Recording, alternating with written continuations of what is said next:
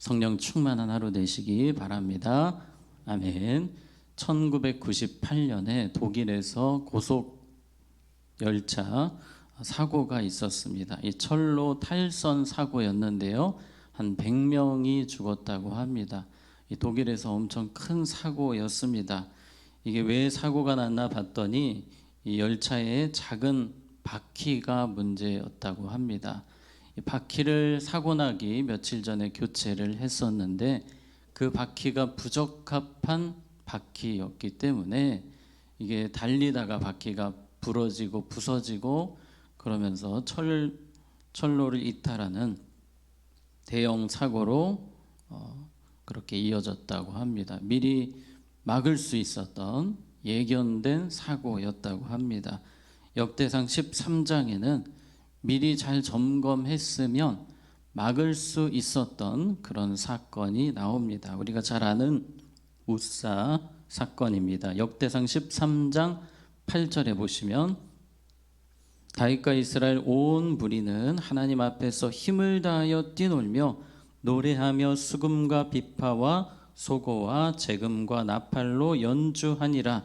지금 분위기가 너무 좋습니다. 다윗이 명령을 해서 법궤를 옮기고 있는데 예루살렘으로 법궤를 옮기는 과정에서 모든 백성들이 찬양을 부르고 기뻐합니다. 분위기는 그동안 모든 어떤 집회보다 좋았습니다. 그러나 문제가 있지 않았습니까? 지금 우사가 어떻게 옮기고 있습니까? 소로 수레에 법궤를 실어서 옮기고 있습니다. 그런데 민수기 4장 15절에 보시면 이렇게 법궤를 옮기라고 합니다. 진영을 떠날 때에 아론과 그의 아들들이 성소와 성소의 모든 기구를 덮는 일을 마치거든 고앗 자손들이, 레위 고앗 자손인데 우사는 고앗 자손이 아닙니다. 이미 여기서부터 문제가 되었고요. 고앗 자손들이 와서 뭐 할 것이니라? 매일 것이니라. 매야 됩니다. 그런데 우사는 지금 소수레로 옮기고 있습니다. 그러나 성물은 뭐 하지 말라? 만지지 말라. 그들이 뭐 하리라? 죽으리라. 하나님이 이미 말씀하셨습니다. 이 법궤를 만지는 순간 죽을 것이다. 회막 물건 중에서 이것들은 고앗 자손이 맬 것이며 매라는 얘기를 2번이나 하셨습니다. 그런데 우사는 지금 소수레의 법궤를 싣고 가고 있습니다. 다윗도 이 부분에 대해서 정확한 지침을 주지 않았습니다. 깊이 생각하지 않은 거예요. 그냥 얼렁뚱땅 넘어갔습니다.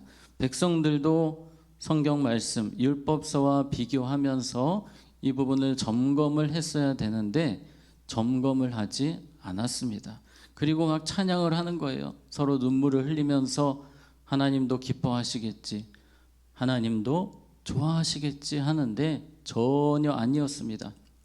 하나님은 0.0001도 좋아하지 않으셨습니다. 왜 그렇습니까? 말씀과 어긋나 있었기 때문입니다. 말씀과 어긋난 부분에 대해서 하나님은 조금도 기뻐하지 않으십니다. 우리는 이런 생각을 할 수 있습니다. 아니 그래도 다윗이니까 하나님이 좀 봐주시면 안 될까? 다윗이 그동안 했던 일을 생각해서 그냥 봐주시면 좋았을 텐데 우리는 그런 생각을 할 수 있지만 하나님은 정확하신 분이셨습니다. 말씀에 대해서 정확하신 공의로우신 하나님이셨기 때문에 하나님은 조금도 봐주지 않으셨습니다. 우리는 두 가지를 생각할 수 있습니다. 우리 예수님께서 우리를 위해서 왜 죽으셨는지를 생각하게 됩니다. 죄의 삭은 사망이기 때문에 우리의 모습으로는, 우리의 죄로는 절대로 주님 앞에 갈 수 없기 때문에 예수님의 십자가를 통해 예수님이 죽게 하셔서 우리가 그 은혜로 이 자리에 있는 줄로 믿습니다. 이 사실이 평생 감사의 제목이 되시기를 축복합니다. 두 번째 우리가 생각할 부분은 하나님을 절대 가볍게 생각하면 안 된다는 것입니다. 내가 오랫동안 하나님을 위해 열심히 살았으니 이번만 눈 감아주시겠지? 절대 그런 것 없습니다. 우리는 그래서 말씀을 열심히 배우고 알아야 합니다. 하나님은 말씀에 정확하게 행하시는 분이시기 때문입니다. 제가 예전에 교회에 그런 분이 계셨습니다. 교회에 잘 나오시는 분이셨는데요. 이분이 명절이 되면 이 제사를 지내는 가정이었습니다. 이 제사 지내는 집안을 보면 믿는 사람 한 명이 있으면 얼마나 눈치가 보이고 힘듭니까? 그래서 이분이 그걸 이기기 쉽지 않은 거예요. 그리고 생각합니다. 내가 이 사람들 전도해야 되니 그냥 제사상에 절하고 분위기 살리고 전도를 해야 되겠다. 그래서 이분이 제사상에 절을 하셨다는 이야기를 제가 들었습니다. 그래서 제가 이야기를 했어요. 이거 잘못된 겁니다. 아닙니다. 아무리 명분이 좋아도, 아무리 의도가 좋아도 하나님 말씀과 어긋나면 회개해야 됩니다. 이거는 잘못된 겁니다. 그래서 그분이 그때부터 다시는 절하지 않겠다라고 말씀을 하신 적이 있었습니다. 우리가 아무리 의도가 좋아도, 아무리 목적이 좋아도 주님의 말씀과 어긋난다면 무조건 내려놓아야 하는 것입니다. 오늘 다윗의 문제는 주님의 이 법궤를 옮기는 기쁨, 하나님이 기뻐하시겠지. 분명히 이건 하나님이 누구보다 좋아하실 거야. 이건 하나님께서 영광 받으실 거야. 그냥 너무 단순하게 생각을 했습니다. 점검했어야 됐습니다. 하나님의 말씀과 조금이라도 어긋난 것이 없는지 다윗은 잘 살펴보지 않았습니다. 자, 그리고 시간이 지났습니다. 오늘 우리가 보게 되는 15장에서는 다윗이 달라졌습니다. 연구를 많이 했습니다. 하나님이 그때 왜 진노하셨는지, 다시는 이런 일이 없도록 다윗은 고민을 많이 하고 말씀을 연구해서 이제 말씀대로 이 행사를 진행하고 있습니다. 2절에 보시면 다윗이 이르되 레위 사람 외에는 하나님의 궤를 뭐할 수 없나니 맬 수 없나니 이는 여호와께서 그들을 택하사 여호와의 궤를 메고 영원히 그를 섬기게 하셨음이라 하고 분명하게 사람들 앞에서 공포를 합니다. 이것은 레위 사람, 그것도 고앗 자손이 매야 한다라고 이야기를 하는 겁니다. 13절에 전에는 너희가 뭐하지 아니하였으므로 매지 아니하였으므로 우리 하나님 여호와께서 우리를 찢으셨으니 이는 우리가 규례대로 그에게 구하지 아니하였음이라 하니, 여러분 이것이 다윗의 강점인 것입니다. 하나님을 더 기쁘시게 하기 위해서 정말 많이 고민하고 생각하고 말씀을 배운 겁니다. 그리고 이를 오직 말씀대로, 말씀이 조금도 어긋나지 않도록 최선 다해서 이 행사를 진행하고 있습니다. 이 다윗은 큰 책임감을 느꼈습니다. 자신 때문에 웃사가 죽었고 온 나라가 고통을 겪었다는 것을 알기 때문에, 자신의 영향력을 알기 때문에 말씀을 계속 나는 배워야 된다, 알아야 된다라는 그 마음이 있었던 것입니다. 오늘 우리에게 말씀이 왜 그토록 중요합니까? 다윗과 같이 우리에게는 주님의 영향력이 있습니다. 세상 가운데 우리는 빛이고 소금입니다. 빛으로 소금으로 영향력을 발휘하기 위해서는 말씀을 정확히 알아야 합니다. 배워야 합니다. 그냥 대충 살 수가 없는 것입니다. 정확하게 주님의 뜻이 무엇인지, 주님의 마음이 무엇인지 우리는 부지런히 배우고 배워야 합니다. 오늘 하루 주님께서 혹시라도 불편해 하시는 것이 없으실지 말씀을 통해 점검하고 돌아보고 주님 앞에 기도하는 우리가 되어야 할 줄로 믿습니다. 자, 13절에 보시면 전에는 너희가 매지 아니하였으므로 계속 강조하는 겁니다. 우리 하나님 여호와께서 우리를 찢으셨으니 이는 우리가 규례대로 그에게 구하지 아니하였음이라 하니, 분명한 의지가 있는 겁니다. 아무리 편해도, 아무리 소수레가 좋아도 그거 쓰면 안 된다는 거예요. 힘들어도 어려워도 돌아가도 말씀대로 하자는 것입니다. 타협의 의지가 없습니다. 무조건 말씀대로를 다윗은 지금 강조하고 있는 것입니다. 자, 12절에 보시면 같이 읽습니다. 시작. 그들에게 이르되 너희는 레위 사람의 지도자이니 성결하게 하고 내가 마련한 곳으로 이스라엘의 하나님 여호와의 궤를 메어 올리라. 아멘. 다윗은 또 철저하게 거룩을 강조합니다.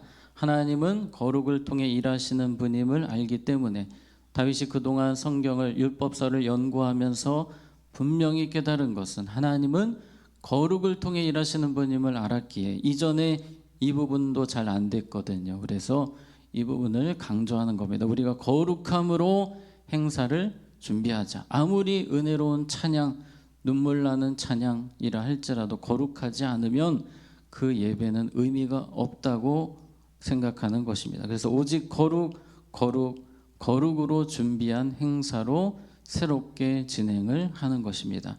26절에 하나님이 여호와의 언약궤를 맨 레위 사람을 뭐 하셨으므로? 도우셨으므로. 하나님께서 도우시는 행사가 됐습니다. 이전의 행사는 하나님이 외면하시는 행사였습니다. 말씀과 상관이 없었기 때문에. 그러나 말씀으로 무장해서 거룩함으로 진행되는 이 행사는 주님이 직접 끌고 가시고 주님이 도우시는 은혜로운 행사가 되고 있습니다. 28절에 이스라엘 무리는 크게 부르며 뿔나팔과 나팔을 불며 재금을 치며 비파와 수금을 힘있게 타며 여호와의 언약궤를 메어 올렸더라. 온 백성이 크게 연주하며 찬양하며 예루살렘으로 법궤를 옮기고 있습니다. 이 부분을 사무엘하 6장 15절에서는 이렇게 또 보여줍니다. 같이 읽습니다. 시작. 다윗과 온 이스라엘 족속이 나팔을 불고 여호와의 궤를 메어 오니라. 아멘. 즐거이 환호하며 너무 행복한 시간이었습니다. 말씀대로 할 때에 거룩함으로 진행할 때에 하나님의 기쁨이 진정한 은혜가 그곳에 임하고 있었습니다. 그래서 다윗이 예루살렘으로 법궤를 이제 새롭게 이동하는 과정에서 너무 행복해서 힘있게 춤을 춥니다. 너무 춤을 많이 추다 보니까 바지가 벗겨질 정도가 됩니다. 29절에 여호와의 언약궤가 다윗 성으로 들어올 때에 사울의 딸 미갈이 창으로 내다보다가 다윗 왕이 춤추며 뛰노는 것을 보고 그 마음에 뭐하였더라? 업신여겼더라. 지금 밖에서는 하나님의 기쁨이 충만합니다. 은혜가 넘칩니다. 다윗도 지금 그 기쁨 가운데 춤을 추며 찬양하고 있는데 그 분위기를 전혀 모르는 사람, 그 분위기에 전혀 동참하지 않는 사람이 있었으니 다윗의 아내였던 미갈이었습니다. 그런데 오늘 역대상 말씀에는 29절 다시 보시면 여호와의 언약궤가 다윗성으로 들어올 때에 누구라고 말합니까? 사울의 딸, 다윗의 아내라고 이야기하지 않습니다. 사울의 딸 미갈, 뭔가 문제가 있다는 것을 우리는 보게 됩니다. 문제가 무엇이었습니까? 하나님의 기쁨에 이 미갈은 관심이 없었습니다. 자신의 체면, 눈으로 보이는 것만 중요하고 하나님의 기쁨에는 무관심한 인생을 살았음을 보여주는 것입니다. 그래서 밖에서 춤추는 다윗을 보니 추태라고 생각이 드는 겁니다. 하나님의 기쁨을 모르니 꼴보기 싫은 거예요. 그래서 다윗이 들어오자마자 면박을 주고 업신여겼다라는 말씀과 같이 엄청 무시하고 비난합니다. 그런데 이 모습은 다윗도 심히 기분이 나빴을 뿐만 아니라 하나님도 좋게 보지 않으셨습니다. 그래서 이 미갈의 마지막은 심히 외로운 인생이 되었음을 성경은 우리에게 말씀합니다. 여러분, 미갈의 문제는 하나님의 기쁨에 무관심하는 것이었습니다. 오늘 우리가 살아갈 때에 나의 기쁨, 나의 행복에 초점이 맞춰져 있으면 안 됩니다. 우리는 누가 먼저입니까? 주님이 먼저이십니다. 주님의 기쁨에 초점 맞추고 살아가는 우리 모두가 되어야 할 줄로 믿습니다. 그래서 우리는 오늘 이 새벽에 기도해야 합니다. 하나님, 오늘 하루 살아갈 때에 나의 기쁨으로 살지 않게 하시고 주님의 기쁨으로 살기를 원합니다.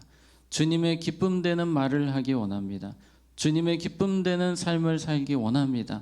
주님 분별하게 하시고 오늘 하루 살아갈 때에 말씀대로 살아갈 수 있도록 말씀과 어긋나지 않도록 성령님 나를 도와달라고 기도하시기 바랍니다. 오늘 두 가지 문제였습니다. 말씀에 무관심한 사람들, 주님의 기쁨에 무관심한 사람들이 결국 문제가 되었습니다.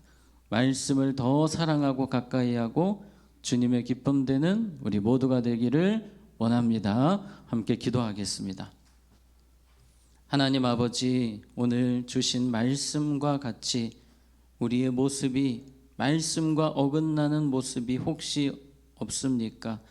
있다면 깨닫게 하시고 회개하게 하시고 주님의 말씀대로 살아가는, 오직 말씀대로만 살아가는 우리 모두가 되게 하여 주시옵소서. 나의 기쁨이 아니라 주님의 기쁨에 초점 맞춘 삶을 살게 하여 주시옵소서. 오늘 하루 살아갈 때에 우리의 말과 생각과 행동이 주님의 기쁨 되게 하여 주시옵소서. 반주로 섬기시는 집사님과 가정에 복을 내려주시되 들어가도 나가도 복을 받는 은혜를 주시고 항상 주님의 기쁨 되는 가정이 되게 하여 주시옵소서. 환우분들을 주님 안수하여 주시고 또 로운이 주님께서 많이 회복시켜 주셨는데 온전한 회복으로 또한 인도하여 주시옵소서. 우리 수험생들의 앞길 열어주시고 진학의 문을 주님께서 활짝 열어 주시옵소서.